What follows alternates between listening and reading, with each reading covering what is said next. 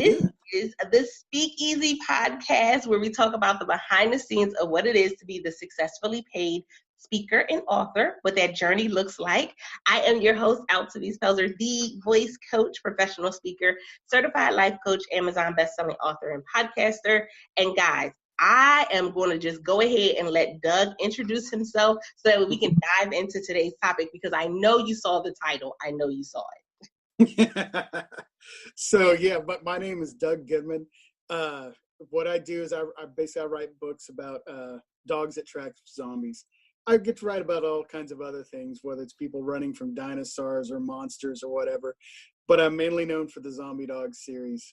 And that's where I've taken a lot of my search and rescue work and combined it with the idea of looking for dead things and turned that into what I think is actually a pretty cool adventure. Something pretty fun to talk about. It's so interesting because we saw the title. The title is, art is the combination of passion and experience. Even a dog chasing a zombie. And so I had to ask the question, like, I'm not sure which experience leads to that. So tell them a little bit more about how that came about. So how that came about is really cool. So for the last 10 years or so, I've been a search and rescue worker, right? Something I do as a volunteer on the side. We train dogs to find lost people. Some of the people are alive, like trailing dogs. It's think of finding Timmy at the well. Others are area search dogs, which think of it like if a tornado hit a trailer park and so people are buried under the mobile homes and you've got to go find them. So these dogs go out and they find any person. It's not one specific. They're finding any person. What I do in particular is I work with human remains dogs. Those dogs are trained to find people who are dead. They are no longer alive. They have passed on. So what was happening was way back when I got this series started, or I was thinking of it in my head, what we did was we were doing some training and I was thinking of, well, how could we twist the dog around? How could we make this more challenging for this dog? Generally we're going to take something that looks like don't think anything too gross, but something dead. You're going to either hide it under a bush or behind a tree, or it's hanging somewhere or something. Maybe we bury it a little, all in attempts to challenge the dog. My thought was, well, I was looking at the trailing dogs and I was looking at those area search dogs and how they were being challenged with, people walking off into a forest. And I thought, well, could we do something like that? And then I was obviously like, well, no, because the dead don't walk. But that's where, as the writer, you have that big kathunk, and it's like, oh, but zombies walk. So if I take this with zombies, now the zombies gone off, and we've got to get the dog to go find them, which is what made it. It's once I had that into the story, everything else just exploded from there. All avenues came from it. You're looking at searches you've been on, you're looking on the training, you're looking at all these experiences you've had and saying, how does that fit into these stories? And that's partly where I was able to go from not just a book, but a whole series of books. Yeah. It's so interesting when we talk about taking our life experiences. What you do, people would probably say, I don't understand how you would transfer that over. But when you're somebody who's in the creative space, you're like, I get it. It clicks immediately. You're like, I don't understand why nobody else thought of that before. Yeah, exactly. So it does two things. Like I said, creatively, it's one of those things it's really cool because you're absolutely seeing this perspective. You see it. I mean, again, it's 10 years of working with the dogs. So you're seeing, well, if this were to happen, this is what would be hard for the handler, right? This is how it would be really difficult to find a zombie. Well, you're also seeing that having worked with the dogs, you're going, well, this is how the dog would react to this situation, or here's how it would pull you this way, or here's why it wouldn't find anything in this situation, or why absolutely it would do so well. And it was, so you're now taking something like zombies, right? Which we all know it's been worked to death. There's always something new coming out, but it's generally the same story. the biggest thing is these are not like any zombie story you've read. They're not in any way, there isn't the horde with people running from them. It's the idea of, well, how do you find the zombie? So these zombies aren't necessarily horde taking over the world, but they are there, and they are out there. In fact, there's in the book I'm writing right now, the latest one will be called Ghost Dog, right? Each one is a different one. So like cadaver dog, dead dog, zombie dog, ghost dog, they're all done that way. And in the latest one of the characters says to another, they're just kind of looking at, because I'm from Houston, so they're looking at the city of Houston, and they're kind of like, did you ever think the zombie apocalypse would look like this? Because no, it doesn't look like anything you've seen. It doesn't. And it's got a very different feel for it. You know? I love that. I definitely love that. And so when thinking about this, when you started writing the first book, did you immediately say, oh no, this is a series of books? Or did you write the first one and kind of struggle with the next one? I did not. It was, you could see absolutely, because part of it, again, it's whenever you're doing the human remains work, whenever you're trying to work with dogs, we generally tell people that it takes about 2 years to train a dog to do this, right? And part of it is because there's so many different scenarios you have to prepare for. So as part of that, you're kind of going, well, you can already see, well, what if the zombie was in this situation? What if it's in this, all these different things you're already thinking that you've got to prepare for. So there's almost a story with each one.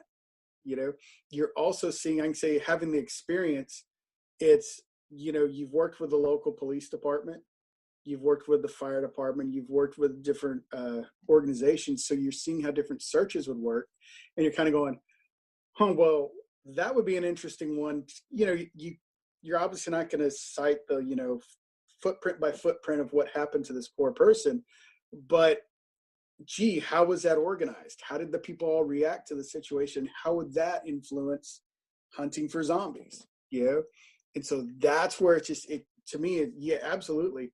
It was a series. You see the series because I wrote Cadaver Dog, which was originally just kind of saying, here's how it is and here's how you would train it. And here's, there's the story of the handler, Angie Graves, the story of her dog who's named Murder, and how do they come about and become a participant in this situation. But I'm only talking about how they get involved in it. It really goes through the need for the dog, right, for the search, training the dog, certifying the dog, which had its all kind of, we've never done this before, so how do we work this? And then doing the actual searches. And so you've only got a couple of searches in it. The next book is, well, here's a search. So you can start from start to finish. Here's where it is, and it goes through it. It was often the Big Bend National Park, so you're looking at it from different standpoints and saying, in that one, it was, what if a backpacker is being chased by zombies in a part of the world where you wouldn't expect zombies to be? So now you got to convince people this is an actual problem. And then how do you find something you're not sure is there? How do you trust your dog to be on the search? Because that's actually one of the issues that a lot of people have as a handler, is being able to trust your dog. Many times you're out there, you're training your dog to find something, and you may even as part of training, that the person went right and your dog goes left. And are you going to trust your dog that's pulling left? And your initial reaction is, but I know that they went right.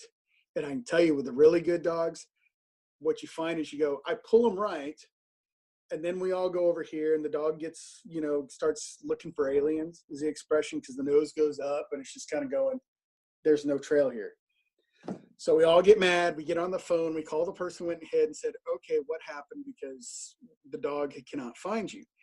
And they say, oh, you know where there's that fork? And I didn't go right. I went left. And you're all like, if we trust the dog would get you there. So that whole book is dealing with that kind of a scenario of, are you going to trust the dog to do its job? You've gone through the training, you've certified, you're doing all this work. Suddenly the dog is telling you, no, it's left. But everything else in the world is saying, go right. So one of the things I really liked about the whole series, is it's so intrinsic on that relationship between the handler and the dog. which I feel is something that you don't really talk about. You don't really see that story.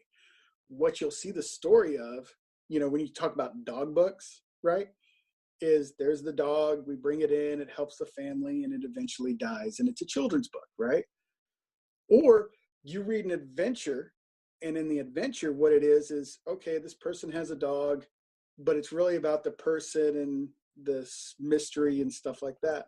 These books really focus on, I like to think of them as adult dog books because it's hard to find those. So these books really are about that relationship between the handler and the dog, and how does that work, and how does a working dog work?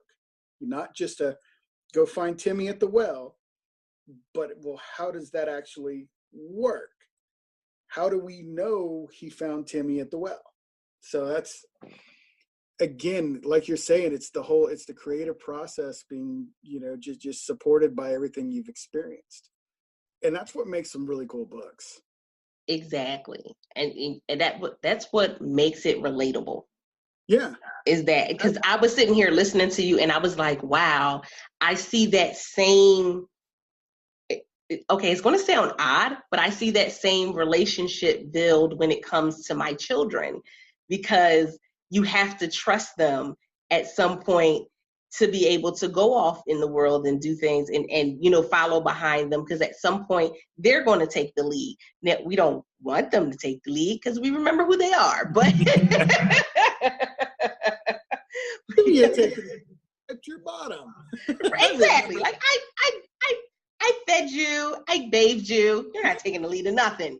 But the reality is that it's a growth, and over time, the dynamics change. And it's the same thing with that relationship, is that at some point there's going to be a time where the dog is saving her. There's going to be a time where she's saving the dog. And it's just literally, you look at that, and I can definitely relate it to other things when listening to that storyline. That's one of the things that I love about writing. I love about, being a creative, is because I can write something out and I can see it in one way, and somebody can read it and see something totally different. And you're just like amazed. But you're exactly, and it's, I've talked to a lot of people, and they always, there's always that idea of, well, what do I have to say? And it's just one of those, man, don't worry, it'll come. It's you or you, and you're the only one that out there. Your perspective is what changes everything. You're going to see the world from your design, right? Here's how I see it. Here's how it funnels. And so now your creative process, that just, everything comes from that side, and that's where it turns out so well for it when you're looking at it from that direction. And the cool thing, like I said, is everybody has it. Everybody has it. Your kids are going to look at this from a different angle. Your neighbors are going to look at it from an even further angle, and people out of state are going to look at it for something totally different. And that's it's art. That's what's really cool about it. Yeah. So now I always have to ask this question. In this journey that you've been on so far, have you had any blunders, any moments where you've kind of looked back and go, okay, maybe that wasn't the best choice? Many, yes. Next question. No. We had this, I'll tell you, there was this one, it was kind of funny. So I wrote this here. Let me see. This one, the latest one, Zombie Dog, right? Got it out right here. This one, I included this one part in it, and it was based on something that I always referred to it as well, to be frank, the clusterfuck Santa Claus moment, because it was a training scenario that went horribly, horribly wrong. It was a total clusterfuck, right? What had happened was we were doing this training, right? And we're going to do one of the hardest ones for a trailing dog to do, all right? Which is to trail somebody through an urban environment. When you're trailing through a natural forest, stuff like that, there's lots of places for scent to fall and capture and for the dog to keep up with. What you'll find is when you're trailing through urban on roads in a neighborhood, which is what we were doing. We're in this neighborhood, and the person had walked out. Now we're going to follow, an hour later.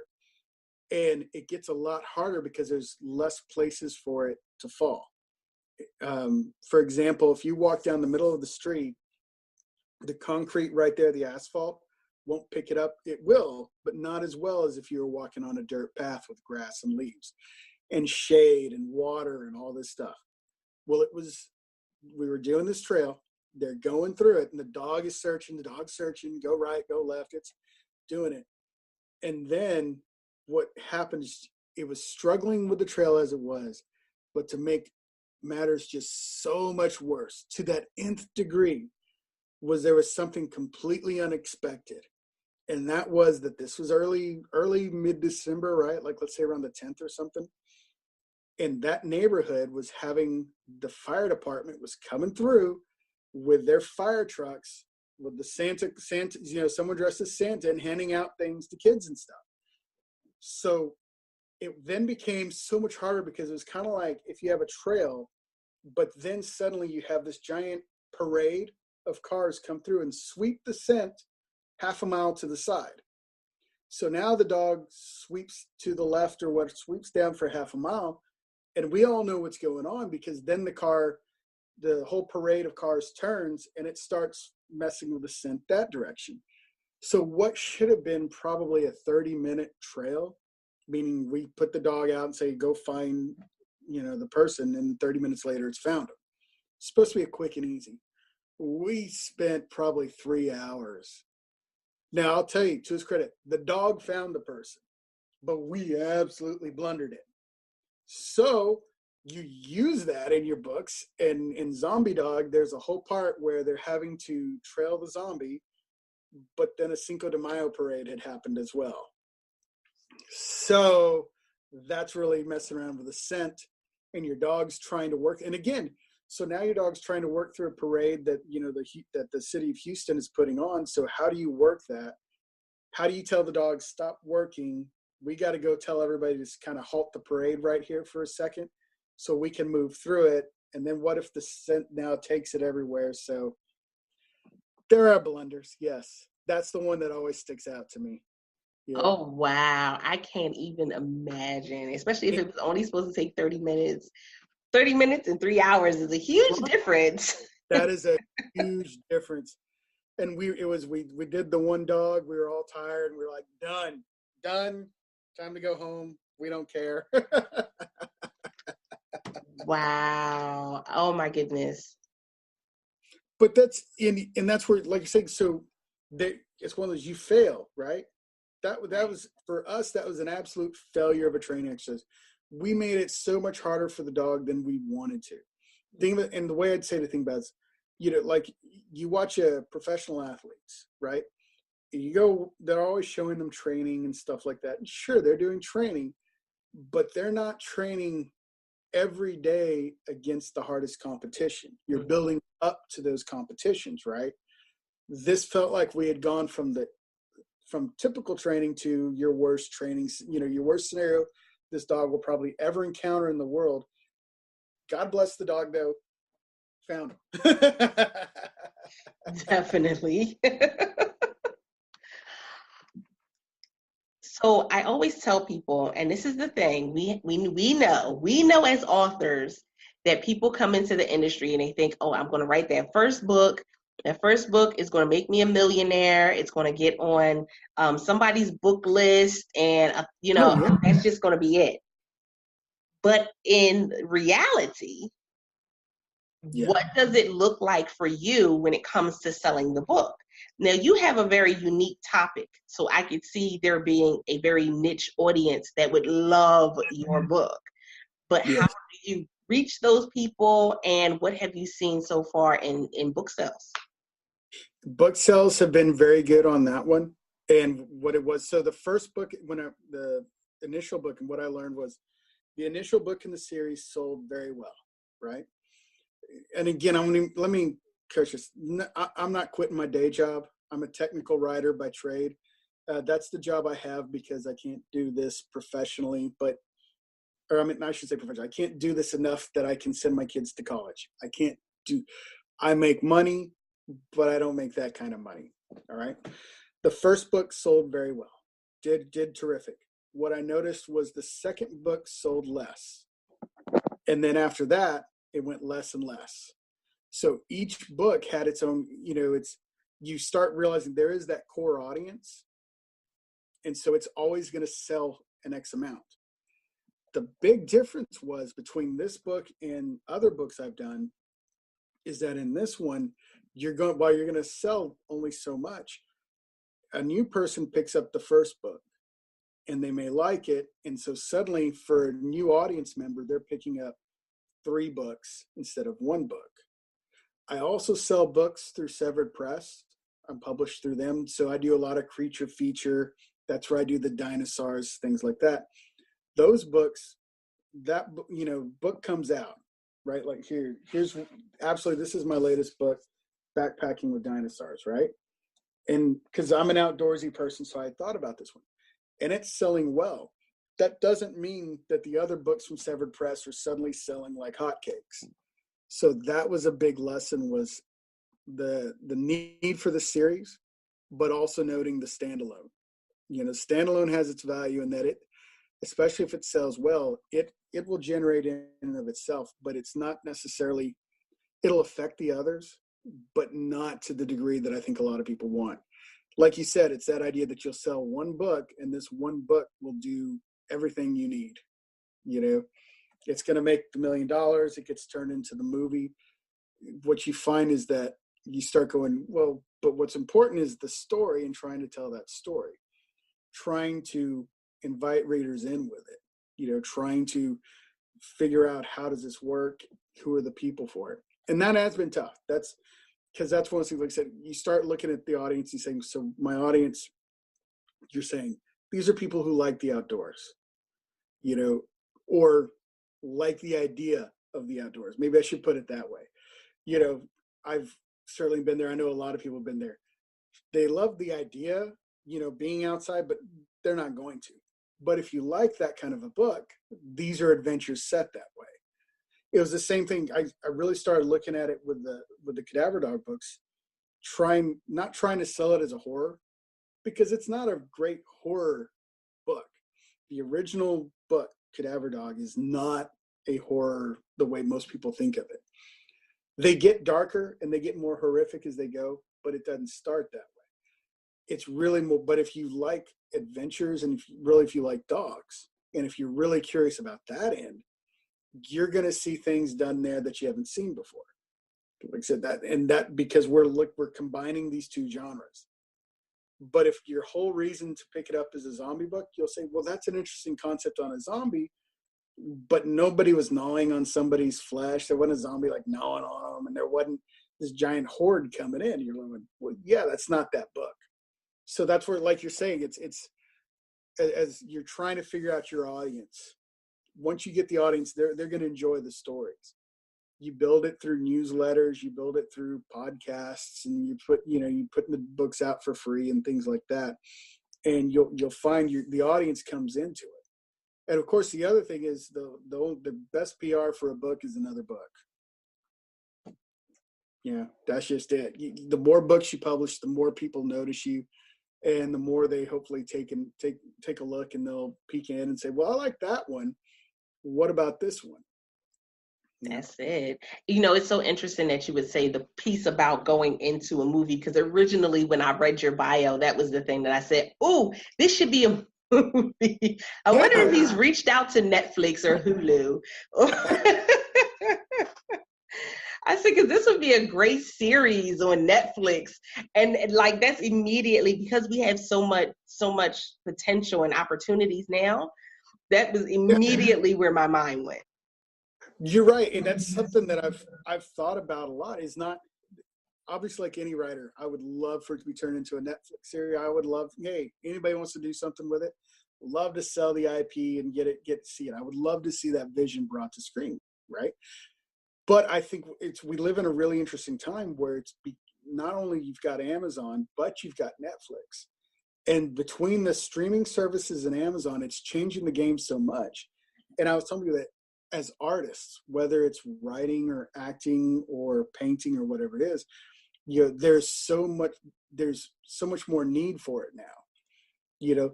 You've got, like a lot of the people I know who are artists, you've got to be able to accept that there's more need. That doesn't mean there's more money.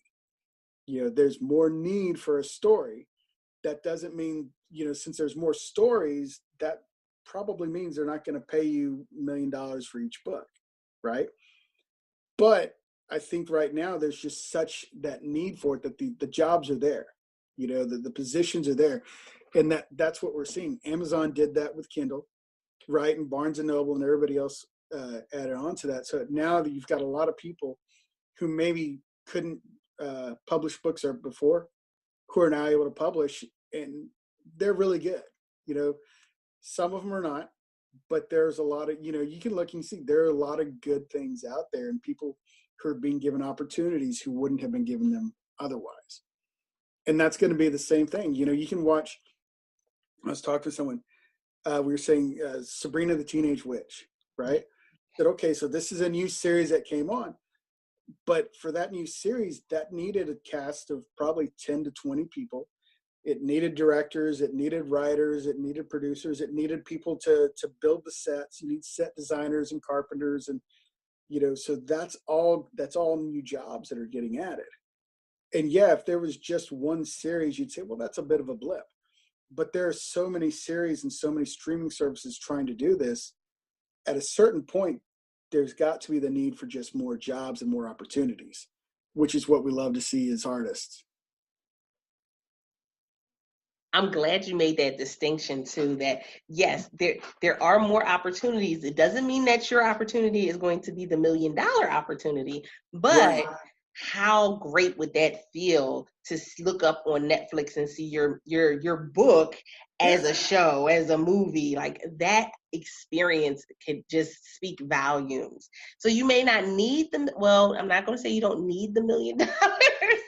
We're all good. We're all down with that. We're all okay with $1 million. That no one's going to say no to that one. No one's going to turn that down. But you do have to be able to say, what's the bigger picture for me?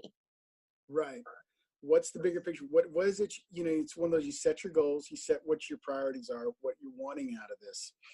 And absolutely, if your idea is that you want to go out there and you want to sell a bestseller, you can't approach a book the same way you would if you're saying, I'm wanting to make the most artistic impression of this, regardless of sales. Right. And we see that all the time. And so you can have something that's really artistic, maybe it doesn't sell well, but we all look at it and go, wow, that was really well crafted. That is a beautiful piece of art, right? There are other books, and we all see, or movies or whatever, you go, well, that one's real popular. Not saying it's the best piece of art I've ever seen, but that was one, and I'd be sure to do another one. Exactly. And like you're saying, it's just, you've got to look at it from what are you wanting out of it? Are you up for the world domination, or are you up for the artistry? Which one are you into? And I think for a lot of people, they'd say both. And that's just, that's the conflict. How do you do something that you want to make money from, but at the same time will serve yourself artistically? That is definitely the huge conflict. Oh my goodness. I have loved this particular conversation, simply because as a creative myself, I've been able to influence other people, and also to be able to create platforms like this where I can see, other creatives doing amazing things, and some are going off, and, I've had, Academy Award winners on, I've had TEDx speakers on. So you always get people from different levels of the journey, and it all goes back to the heart of it, which is this is my passion. I had to step away from, doing what I thought could be exciting or what I thought would make money, but this was my passion. And because I'm doing something I'm passionate about, look at how far it's taken. Oh, absolutely. I'm with that. I've always said that for me, I do this because I have to. It's not, I'll stop it. Like, for instance, the last month or two, I've had to put it aside. I'm doing a lot of home renovations, things like that.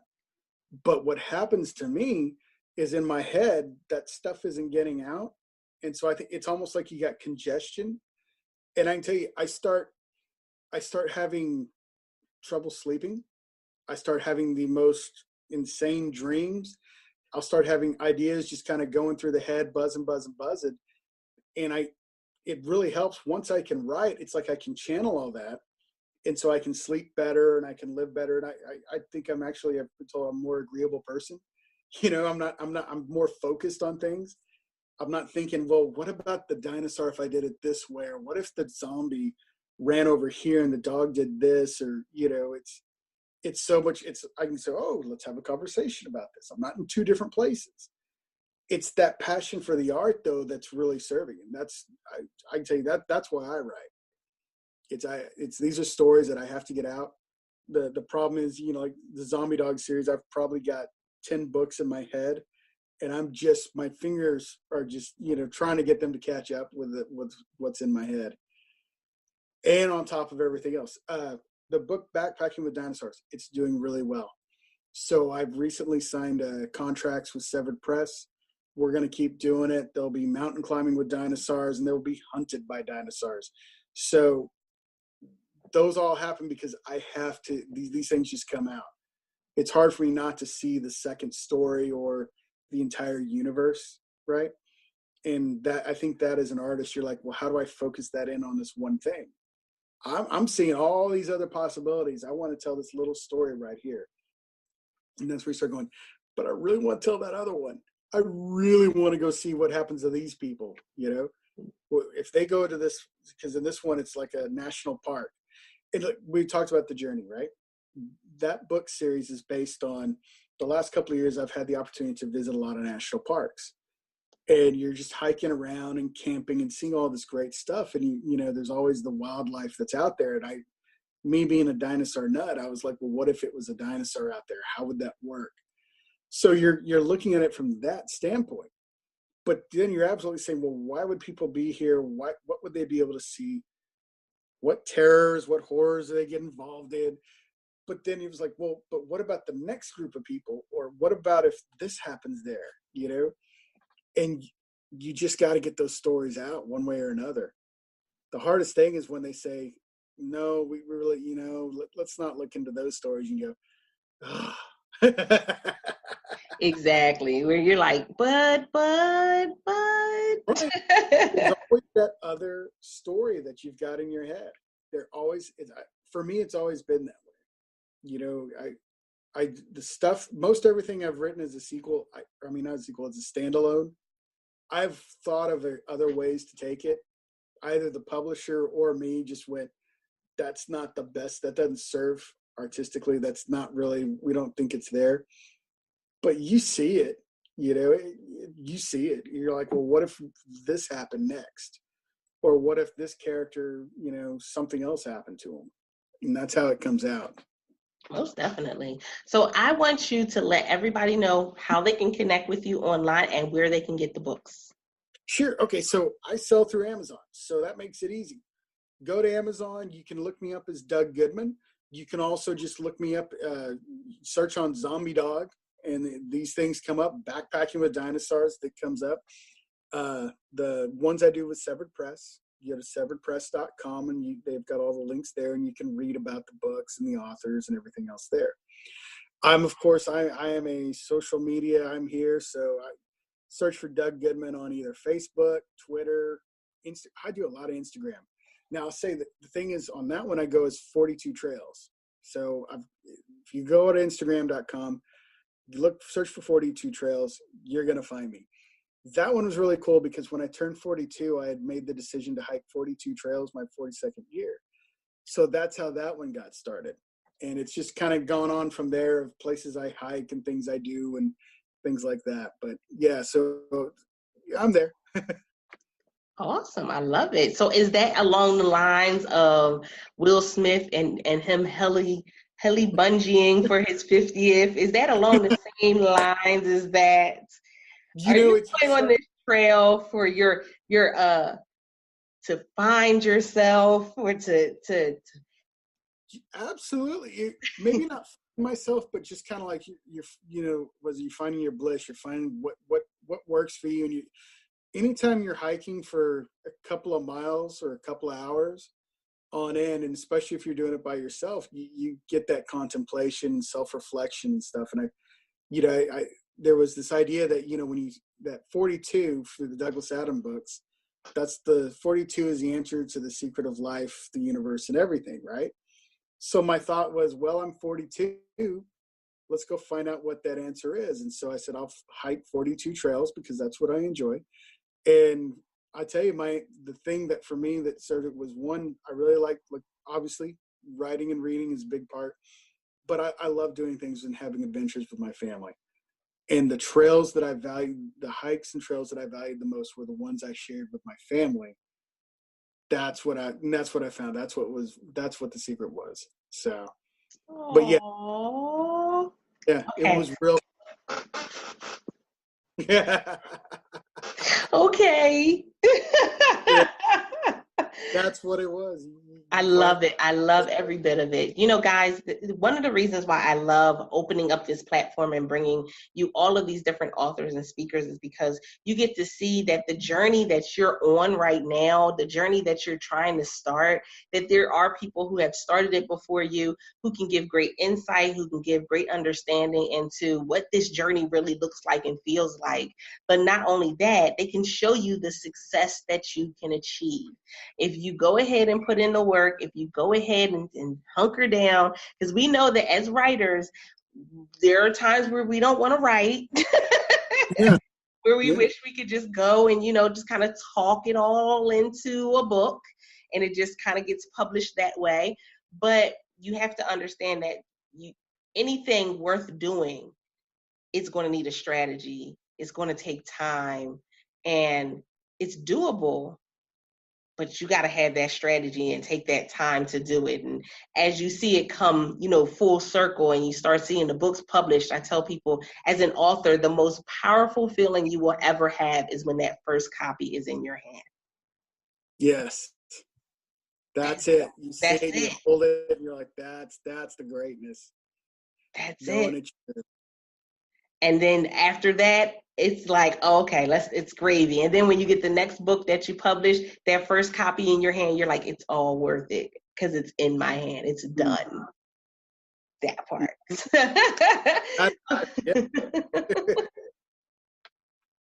So we definitely appreciate each and every one of you, those who have come in and checked out today's episode. Make sure that you go on over and give us a review. Let us know how this episode really resonated with you. And with that being said, we appreciate you guys, because without the studio audience, there would be no Speakeasy Podcast. So until next time, guys, don't forget to press it out. See ya.